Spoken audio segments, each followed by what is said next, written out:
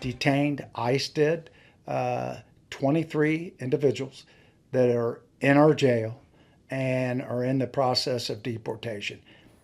Thanks for joining us at 5. I'm Rob Williams. I'm Tricia Mackey. Butler County Sheriff Richard Jones says his office, in connection with ICE, executed Operation Deportation last week, and it resulted in 2 dozen arrests. The sheriff says they were widely targeting individuals who are in the country illegally and who also have outstanding warrants for their arrest. Yeah, today the sheriff also shared the federal government will now be paying the county more money per ICE detainee that they have in the jail.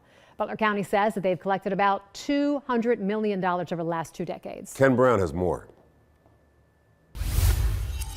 Sheriff's not the one that gets to decide what happens with that capital. That task is up to the county commissioners here in Butler County. But the sheriff did tell us by year's end he'll have billed the federal government about $12 million. On an average day, these cell doors are locking in about 300 ICE detainees, 200 U.S. Marshal prisoners, and about 500 local inmates. The price went from $68 to $105 per person.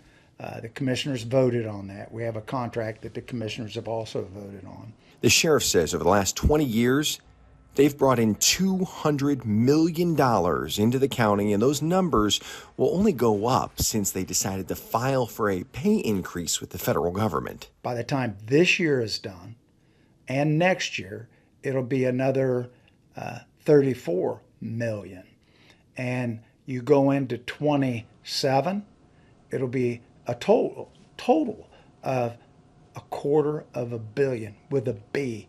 Sheriff Jones says it's programs like the one they're running at the jail that helps to keep the county in good financial standing. This county doesn't have any debt, has the best bond rating, and it's because of these kind of things that we help participate in. And it's a team effort. The taxpayers benefit, we all do, and the criminal justice system, it benefits them, and we get people out of this country that are here illegally.